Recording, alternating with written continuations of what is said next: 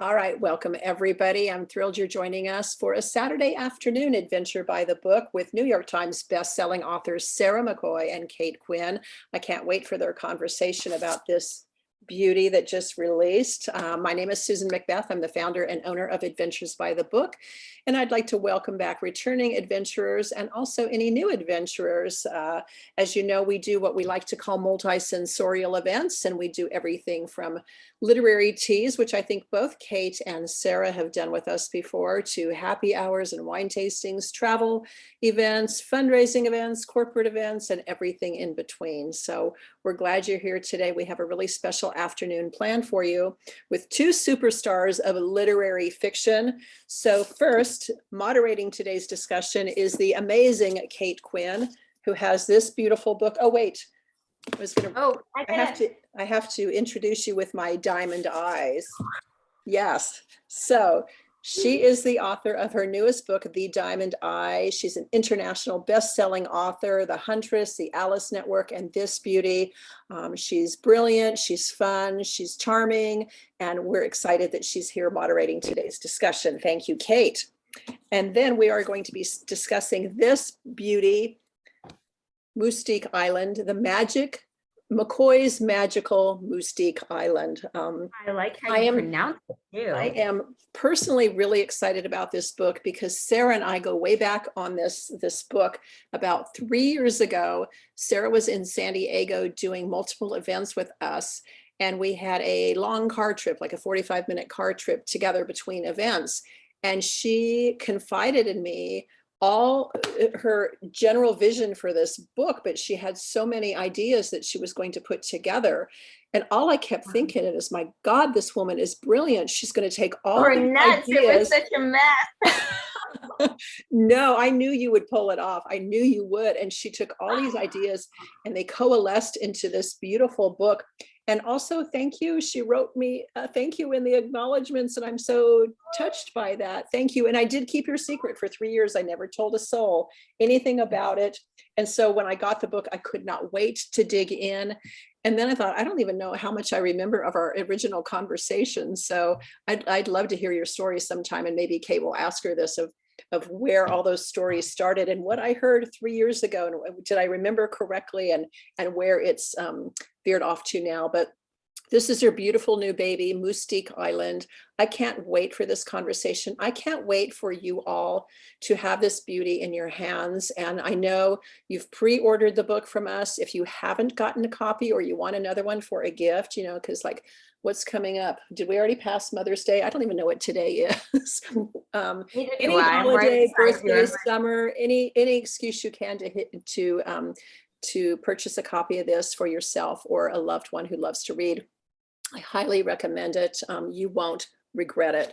So without further ado, I want to welcome these two special ladies, Kate and Sarah. Please take us to Mustique Island. Oh, thank you, Susan. I'm so excited to be here with you, Kate. Thank you for doing this with me and for just being part of my launch week. It feels like I was talking in the green room before we started that this just feels so special this week in this hybrid format that we're able to do. And I can be in San Diego with you all and at the same time here, and we can all be together in Mustique. Mustique. I like how you say it with such zhuzh, Mustique, and that's one of the ways you can say it. And the island is quite funny in that it is British and yet it has a French name. But I'm sure we'll get into that. So I'm so happy to be here, Kate, with you.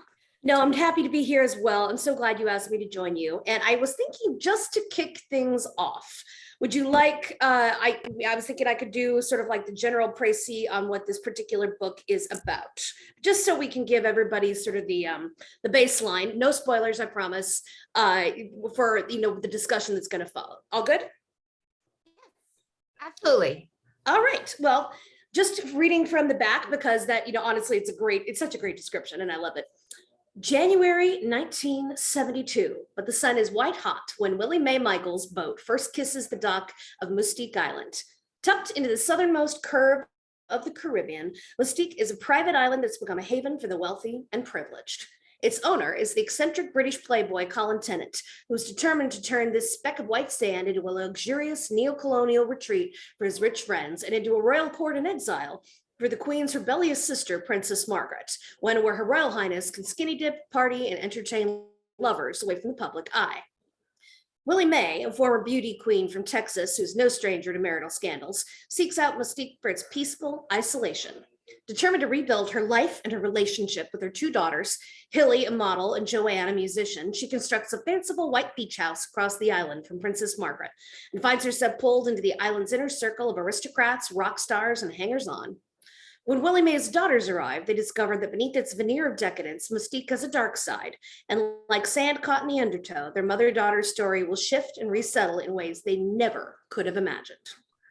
Well done. I wouldn't be able to read that with such like, what did you do? Okay, we're gonna get, did you do any kind of like theater when you were, are you like a theater major or minor?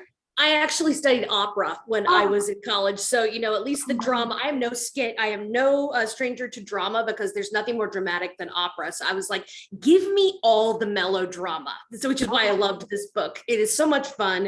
It is sort of a tropical confection with a lot of depth as far as what it has to say about women trying to find themselves, about mothers and daughters, about sisters and how they relate to each other, and how fame and the racial tensions of, the haves and the have-nots, the super rich and the people who serve them.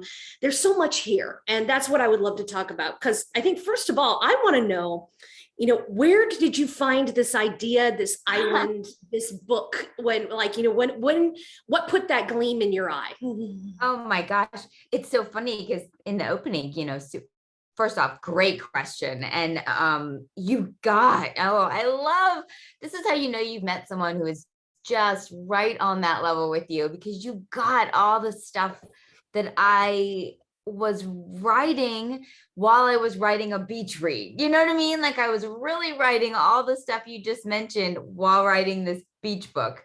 And the idea, like Susan said at the beginning, that when I was in the car with her for 45 minutes, I was going on and on and on about, actually about the Greek Amazons to her and how I was obsessed with the Greek Amazon queen Otrera and how she had daughters and they were on this island, this island culture of women and the empowerment. And I said, I really want to write a book that's something like that mirrors that sort of mythology and that fierce womanhood. And it ended up being like so different from that. So I had that already in my head. And then I was watching a documentary. I think you and I share this, that we're obsessed with history and we're obsessed with research.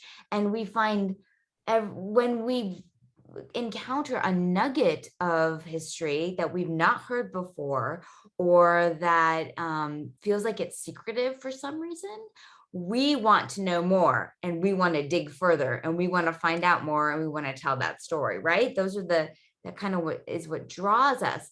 And both of us, you are phenomenal at it, are big proponents of bringing women's voices from history to the surface and giving them that highlight. So watching a documentary on Princess Margaret, who I have a crazy crush on. I mean, I just think she is phenomenal, and mostly because she's a princess.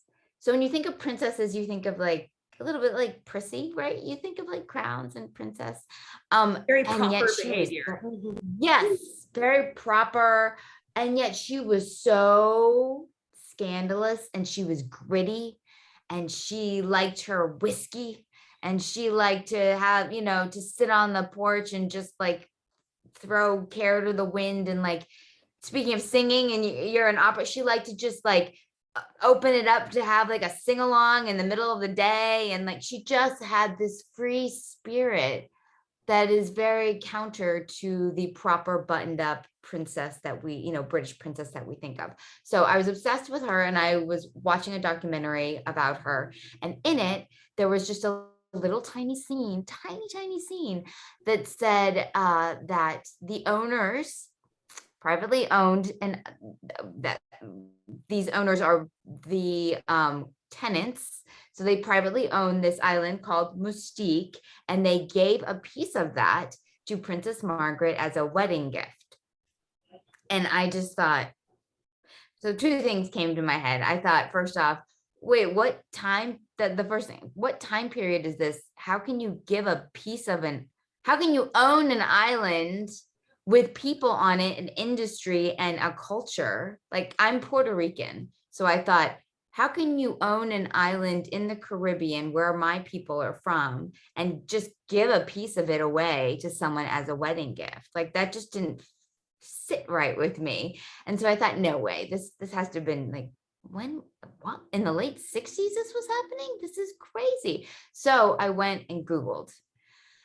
It is the historical fiction writer's best friend, the Google. So I Googled, and up came all this information about this island that I had never heard of.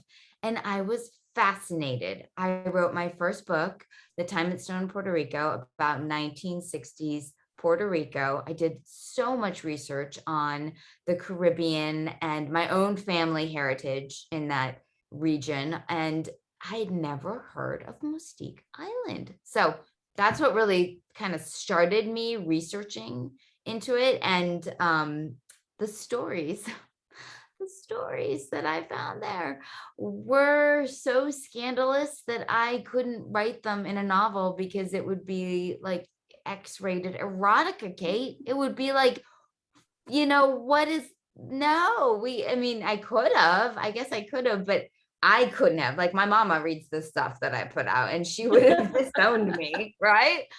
My grandmother, my 90-year-old abuelita would have been like, this is not happening. So, but I realized that this story had been told from the perspective of Colin Tennant, the owner.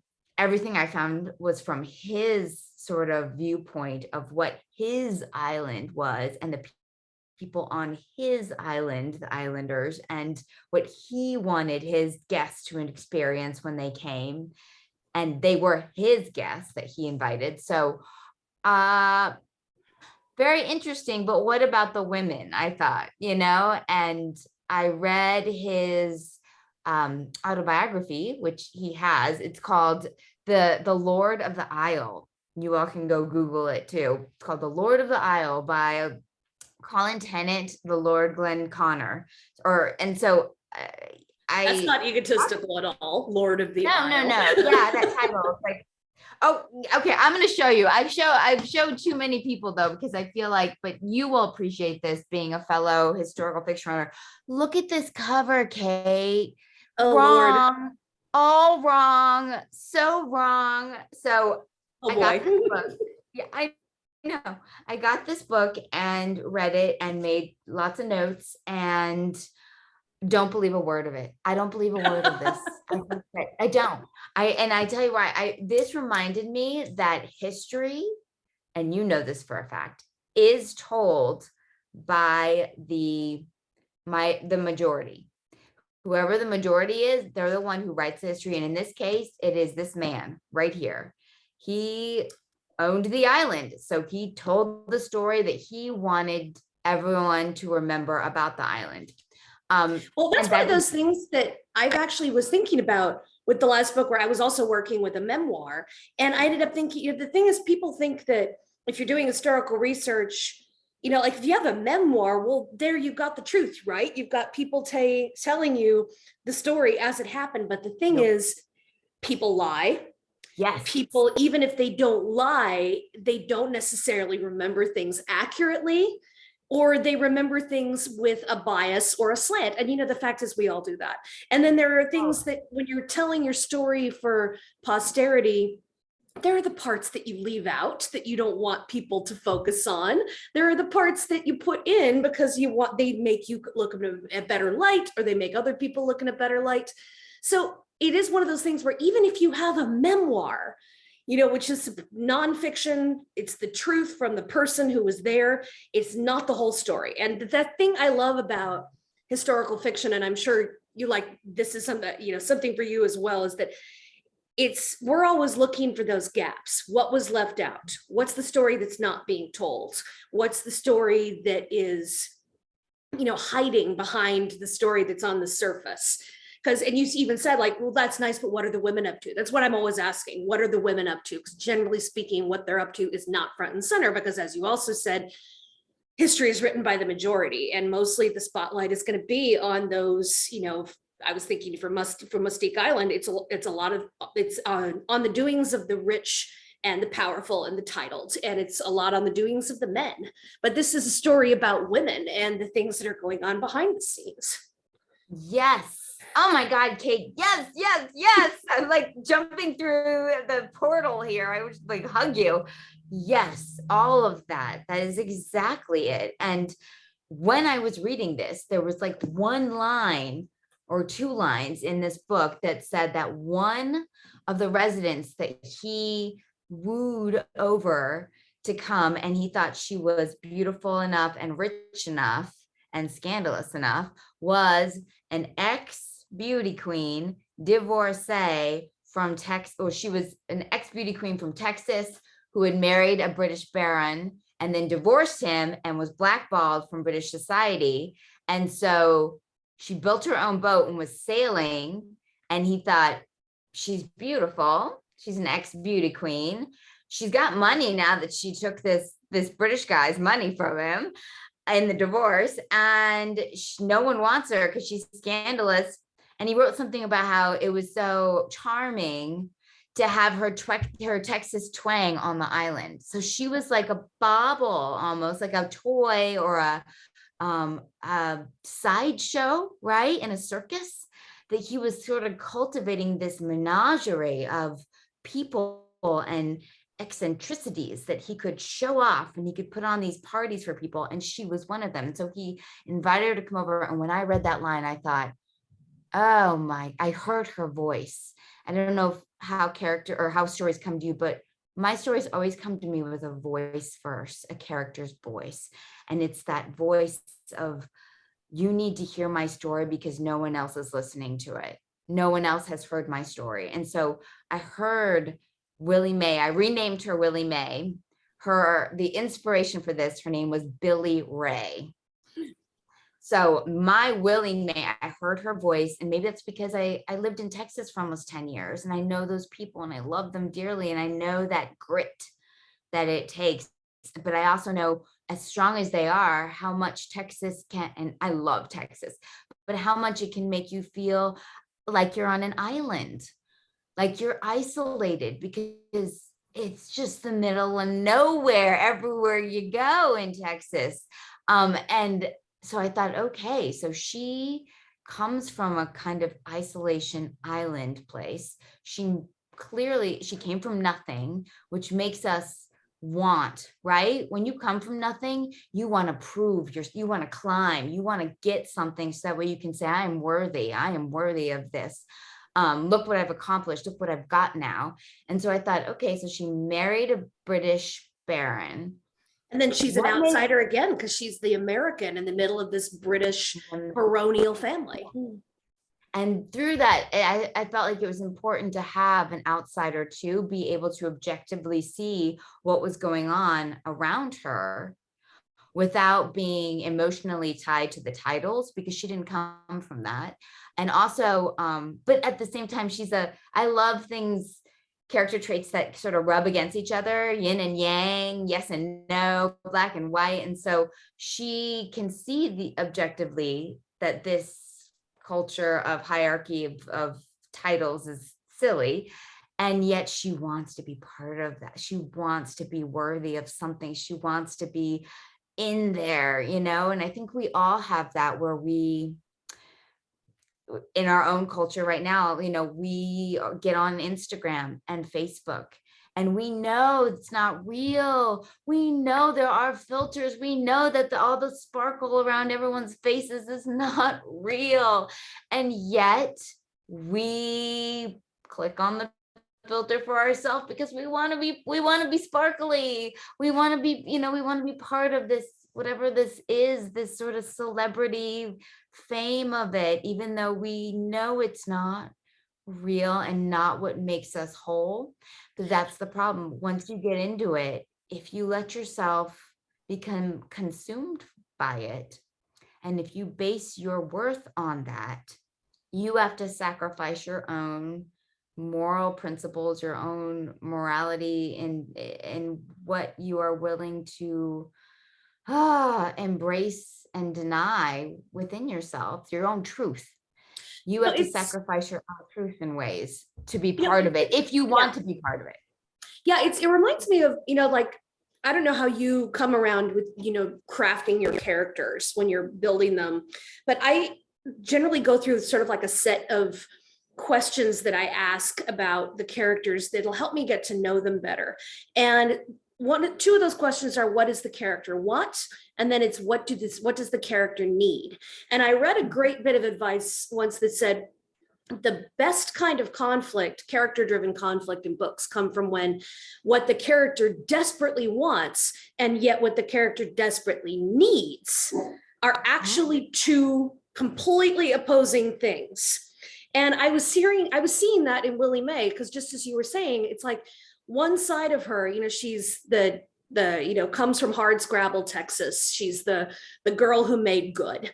And she is impressed by these things, titles, money, these glittering people. Yet at the same time, there is always that part of her that is the Texas Hardscrabble girl who is not impressed by those things. So she's both. And it's kind of like what she wants is, I want to be part of this royal cast of glittering misfits who run the world to suit themselves. I want to be part of it. But what she needs is actually to realize, I don't need to be part of that. And yet, how is she going to reconcile those two things? The thing that she needs and the things that she wants. And then also, once her daughters are thrown into the mix, because then they meet this world, and then they're also, like mothers and daughters everywhere, they're a little bit rebelling against their mother. They're a little bit rebelling against each other. I'm not going to go my sister's way. I'm not going to go my mother's way. Yet at the same time, I can't avoid their paths. So it's what do they want versus what do they need? And I think it's always such a fantastic question to ask. And you're with Hilly or with and with Willie Mae, you really did set up that what she wants and what she needs, and she's even aware of this, are two totally different things. But it takes her a while to sort that out, because it does. We have trouble with that, and so do our fictional people.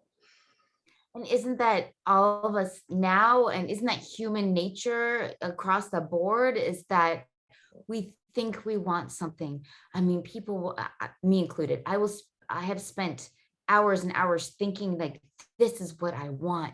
This is what I even tell myself, this is what I need. This is what I want. This is what I need. And then I get it. And my life hasn't changed. And I'm still the same person. And it didn't fulfill that yearning or that need, that what I thought I needed. It didn't fulfill me in that way. And now there's something else out there that I want and need. And so that I feel like is a continual human evolution of, we move like, the goalposts for ourselves. Yes. I think it's always something where I remember someone once asked a bunch of writers, like, is there something you want that if you think you've like a professional thing you've achieved, if you achieve it, do you think that would be it? And all of us said, no, we would just find something else to want. It's like, if your goal is, first your goal is, I just want to be published. And then you're published. Then it's like, yes, and now I want a bestseller, and you got a bestseller. And then it's, I want to hit the New York Times list, and you do that. Yeah, but I want to be number one in the New York Times list. And then maybe you hit that. And then it's, yeah, but I want a movie. And maybe you get a movie. And then after that, but it was a terrible movie. I want like a Bridgerton style fabulous award-winning miniseries. That's what I want now. And then like we always move the goalposts on ourselves. But I don't think that's necessarily always bad. It keeps us striving. But even so, it's like you need to be aware of it. I think that's what this book, yes, I think that's where I was going with this. Is exactly, oh my gosh, I'm like jiving with you so bad right now. It's like we move that goalpost, but I think what this book, the underpinning and what I feel like in real life is that what's important though, is that we realize that our self-worth is not based on those goalposts that we hit. who we are, it's deeper. These women, Willie Mae and her daughters, they discover that the world is going to throw stuff at you that you can't control. And you are going to make bad choices and good choices. And no matter what happens or what goes on, you need to embrace that journey every step of the way. You need to celebrate, and sometimes you can't celebrate because it's horrible hardship. You know, we just came through a pandemic, death and destruction and terror, and these things are in the world, they're going to happen, but we need to find a way to come through on the other side and know that our worth is richer because we've gone through something. And that's what this book really is it's about, you know, these women coming together and discovering by the end, I'm like trying to make sure not to give anything away, but that, you know, at the end, that who they are is not based on the glitter and the shine and the titles and the money. Who they are is so much deeper and richer and more valuable than all that stuff. Because I think don't you agree? Even like I struggle with, you know, wanting the stuff sometimes, and I have to remind myself, but you are not the stuff, and the stuff in the end, people won't remember the stuff. They'll just remember you, you know, Oh, yeah. and that's what I hope too. And that's, you know, so that's what these women are. I feel like you got it, Kate. Kate got it. Of course she did. So you mentioned the pandemic, and I think this is an interesting question to be asking really any writer who I've, you know, talked to about was this your pandemic book? And if so, like, what did that mean to you? And what was it like to work on it during this time? Because this was a very hard thing that everybody we know has gone through, and it's not over yet. So how was it to write this book and, you know, during the pandemic to work on it? How long did it take you? How was it different from the other books you've written, not during a worldwide pandemic and a lockdown? Yeah. Well, it was very different from each one of my books. I bet you feel this way. Each one has been different. And the minute that I start, like I was just talking recently, I've been talking a lot, so forgive me, but I was talking recently about how I thought that I've been to every place I've visited or I've written about. I was going to ask, of course, like, did you go to Mustique Island yourself? I felt like I've gone to every place I've written about. I put my feet there. I know, so, you know, this.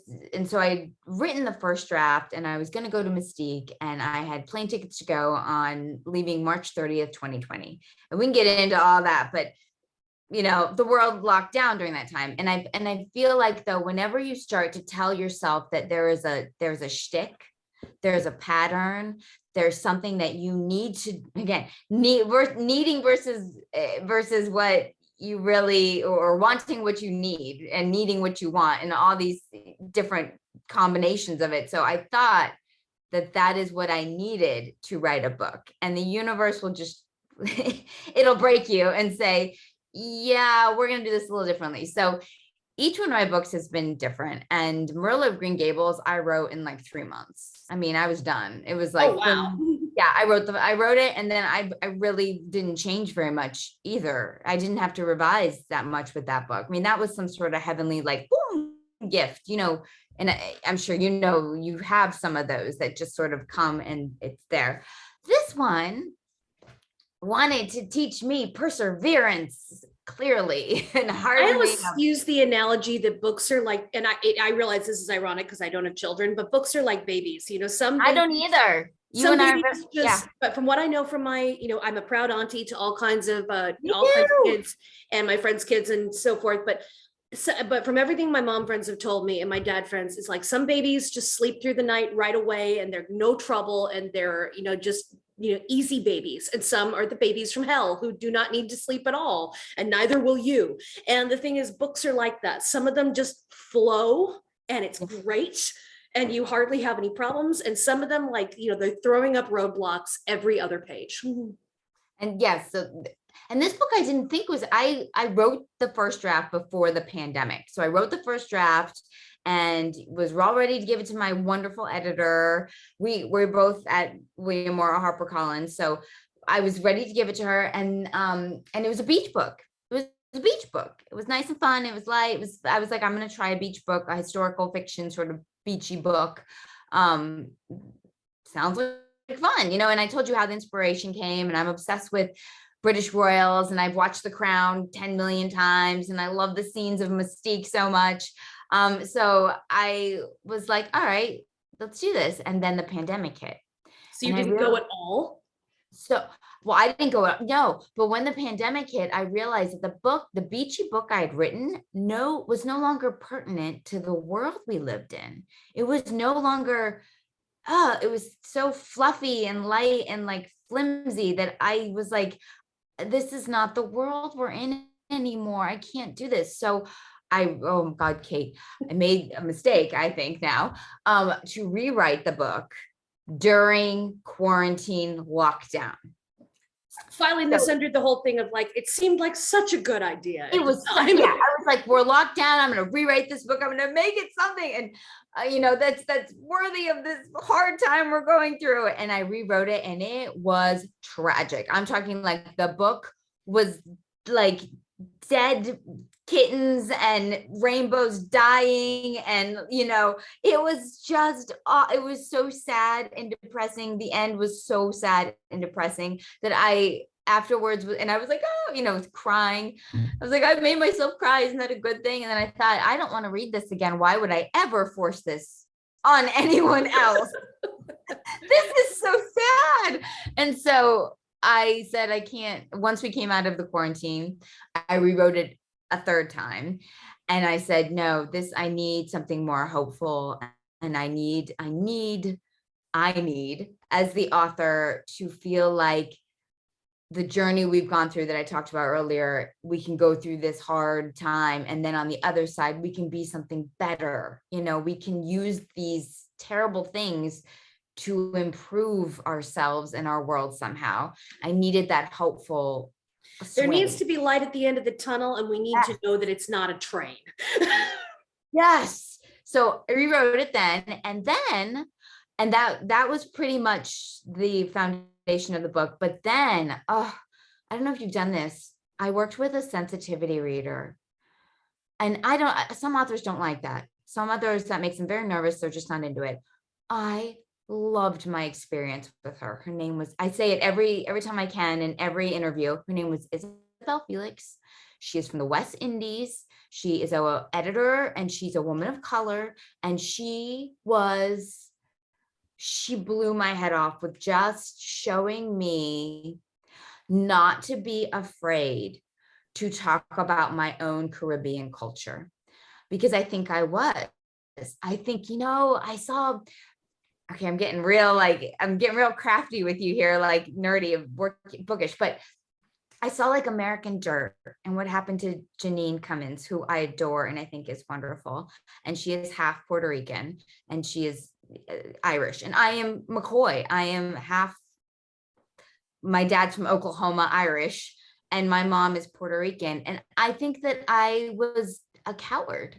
I was scared to go too deep into the Caribbean minority side of what I was writing about, because I was afraid that people would say, well, you're only half, so you aren't allowed to talk. You aren't enough. You aren't enough. Right there, that says enough, that you aren't enough to discuss this. And so she opened my door. She said, no, this is your opportunity to make these minority and minor characters, bring them to life. And really, that just was so wonderful. I went back and rewrote the book, and the minor characters, a man named Titus, who is in this book, who is sort of the business overseer for Colin Tennant. There's a woman named Candace, who is housekeeper at the Cotton House, and she befriends Willie Mae. There are so many characters, islanders, that I then sort of raised up into their proper position of respect and honor in this book. And that was an honor for me to be able to rewrite it and to raise them up. And so without fear. And I ask a lot of questions, and you brought it up, a lot of questions about what does it mean to be a colonizer, and what does it mean for this to be your native island or your native land. and how do those two forces work together and live together on the same piece of land. And I really felt that this was an opportunity for me to discuss that with readers. So that was the fourth time I rewrote, and that was it. But four times the charm. four rewrites. So I've never done that many rewrites on a book. And it really does drive home that axiom that we live by, that, revision is everything. I mean, it really it can shape a book to be something that it could never have been in the first draft. And that's what this book became. It just took on its own and really came to life. So 4 though. Yeah. So did you actually end up being able to get to Mustique at all? Because we had someone ask actually in the Q&A. So you still have not been? Yeah. Love that. No, I did not. Like I said, I had tickets times 2 because it was me and my husband going. And let me just let people know, if you want to go to Mustique, please do. Here, if you're a normal person and you don't have your own private jet to fly you there, which most people who go and live on Mustique have that, I do not. So I was going to have to, my tickets were from Greensboro to Miami to St. Lucia. That was on American flights, American airline type flights, normal airlines. In St. Lucia, you get off and you have to get on a privately chartered plane that takes you to St. Vincent. You get off in St. Vincent and you buy yourself a ticket on the ferry that will ferry you over to Mustique. Once you get to Mustique, you aren't allowed on the island unless you have a host. That host can be somebody as simple as the owner of one of the villas that you rent, which means you have to rent a villa. So I did all that, planned it like a year in advance. And then March 30th, 2020, all the borders closed. So I was given a voucher to use within a year. We all know how. And then the book, we had to move on. And I think what really helped me move on in the writing of it was a friend of mine that I know you're familiar with too, a fellow writer that we all admire. He wrote the book called Lincoln in the Bardo, and it was George Saunders. And I was whining to him in an email. We happened to meet at a book festival, Unbound Book Festival, that's run by another author, Alex George, who's fantastic. Go look up all his work. And he has a bookstore there and he does a book festival. And I met George there at the festival. We were both presenting. And I was whining to him in an email and he wrote me back very George Saunders, like he said, here are names of other authors that I won't call them out, who wrote about places that they have never been to in their lives. He was like, Sarah, just Google it.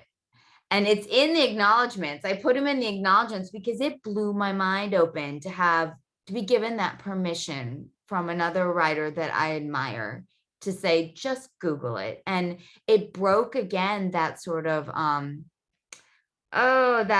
I have a trick. This is how I do my books, is I write and then I go and I do and it said, you know what, you don't have to do anything by a pattern.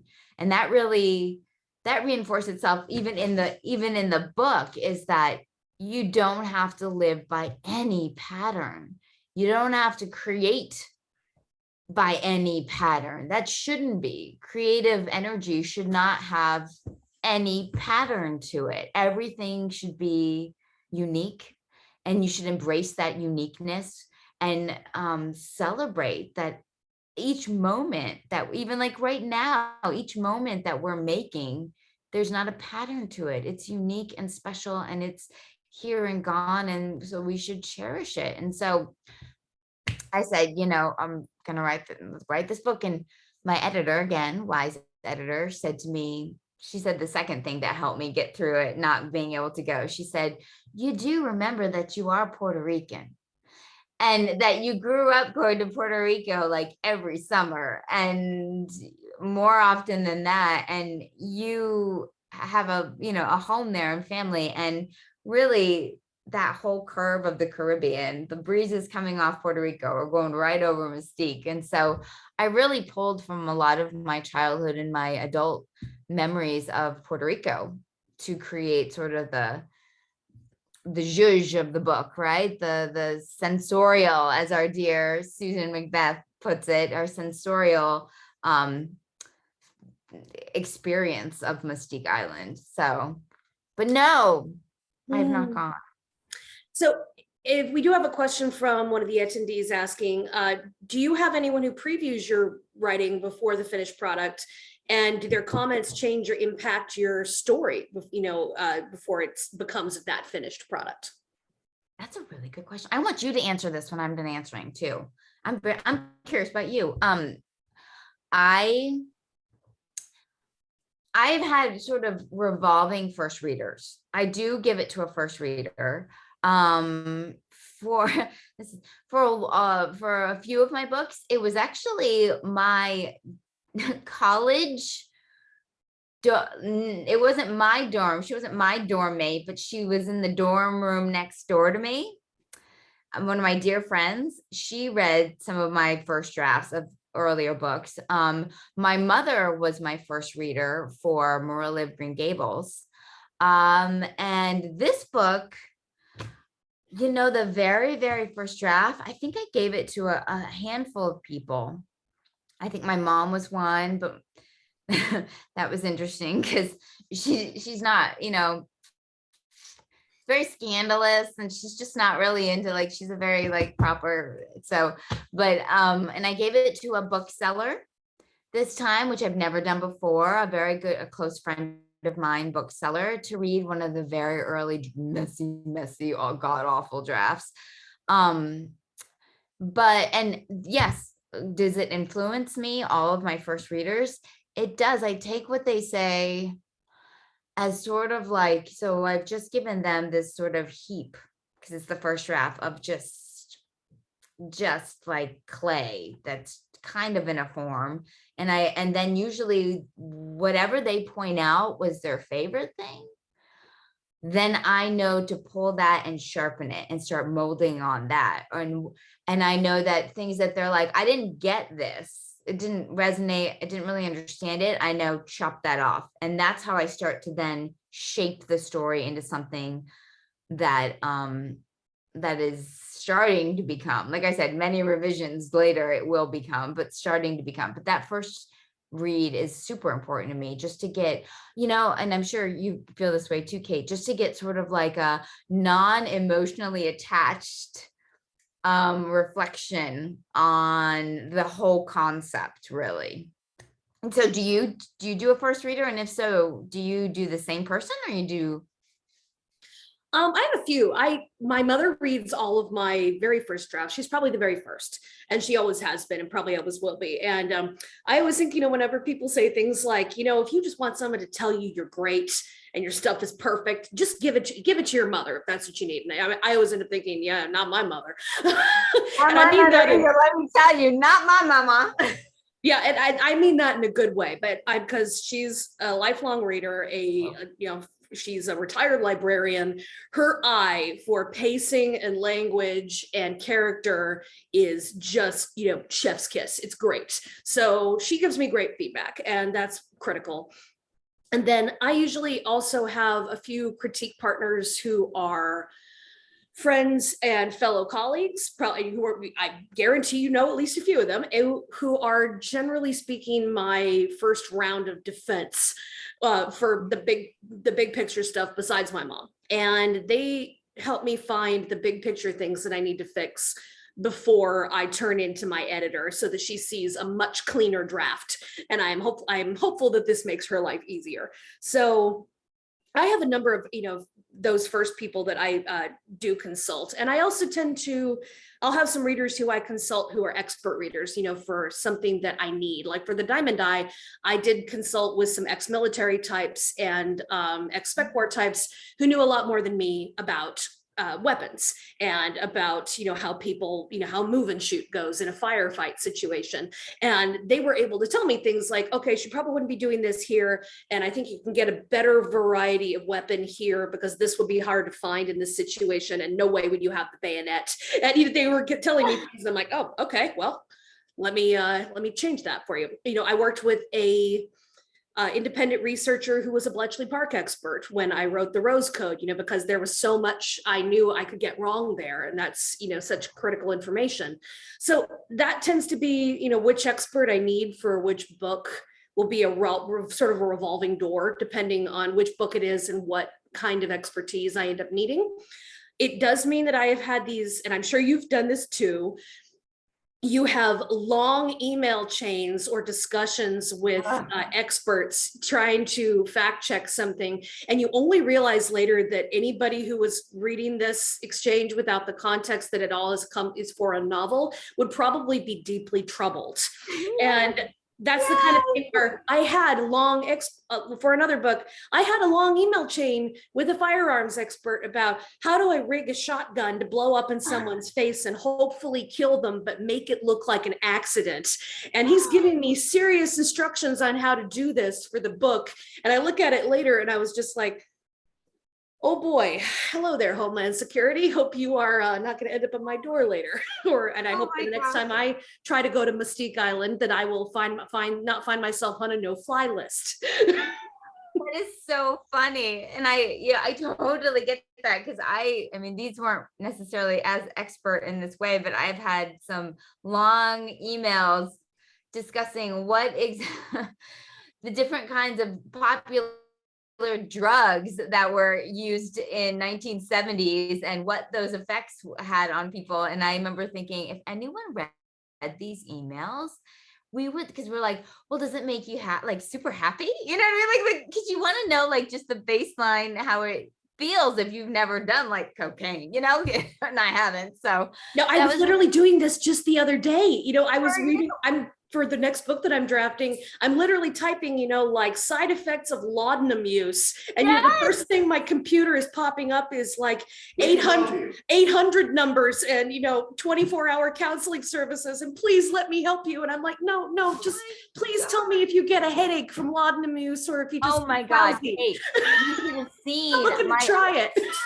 I had to clear my history because I was looking up games that swinger couples play. And I was like, I need to get rid of my history after this because this is not cool. On the other hand, it does mean that our spouses are fazed by nothing that we ask. Absolutely nothing. Speaking of spouses, we're both military. I'm ex now that he's out of it, but we're both military spouses. It actually works out kind of nicely, doesn't it? Because the nice thing about the trouble and the thing I empathize with deeply for military spouses is they have trouble, restarting your career every few years if you're moving around a lot. But, the nice thing about being a writer is that your job goes with you. So I have literally plugged my laptop in and written books everywhere from a living room in Bahrain on the other side of the world to, San Diego and Washington, the Pac Northwest, and Maryland, the state of Maryland, and almost everywhere in between, including being on the road, literally reading aloud. Like my husband was driving. We were driving from Pensacola, Florida, to relocate to the Pac Northwest, and that's when he first heard the Diamond Eye because I was reading it out loud across the Texas Badlands. So these are the things that we do when you're a writer in the military. I know that area so well. And I think that's one of the first ways that we actually connected as writers is that we were like, oh my gosh, we're both military spouses and we both know this world of just sort of being support. Oh, I love your puppy. Being supportive of, your husband who has to go away and be deployed and you have to just sort of you have to bear up and get your, take care of the house and take care of your fur children and get it done. And you can't be like, oh, I'm so sad to be alone. That's just the nature of being a military spouse. And I feel like that was something that when I heard you were a military spouse, I was like, I like her. Like, oh, you get it, because it's that whole thing of like, you have when you have a deadline hit, when your spouse is already on the other side of the world, it's just like, all right, you're just gonna have to resign yourself to the fact that the house is gonna look like it got shelled by the Luftwaffe by the time you're done, because there is nobody else to pick up the slack and the book has got to get done. Yes, exactly. Oh my gosh, you totally, yes, we absolutely get each other. Oh, I really hope we get to see each other in person like very, very soon. I hope so too. That's going to be good. We're coming up to the end of our hour, but if anybody has any last questions you can throw in. I know Susan was curious to know about a little bit more about sensitivity readers and how that works for an author. If you want to talk about that a little bit. Sure. Have you ever used one? I mean, yes, I have. I used a friend who was, I mean, it wasn't a hired sensitivity reader, but I look for people with the expertise that are going to do the job of a sensitivity reader. One was when I was writing about, I'd not set out with that idea, but I realized I had a character that some folks would consider might be considered on the spectrum, although that is not the language that would have been used in her day. So I enlisted a couple of friends who had experience with special ed and had experience with people on the spectrum or with Asperger's or autistic symptoms and so forth. And I did work with them and I took their advice, and that was great. It was great. And not so much a sensitivity reader, I guess, but just more, again, That's expert usage. Yeah, no, that's and then expert usage for the Diamond Eye especially. I enlisted a wonderful fellow author who had been born and grown up in the USSR. And I really wanted her perspective because I was writing from the point of view of someone who had grown up under that umbrella of communism in the Soviet Union. And it is such a different mindset from anyone who has grown up in the West. You know, the whole idea that you have this pervasive umbrella of the state that is over everything. And I knew it was a very different experience from how I had grown up. And so I was very careful. You know, I said this to her and I said, please be blunt with me. Any place where you feel like, wow, no, there's absolutely no way that a woman of this time period with this history, born in this place and time, would be doing or thinking.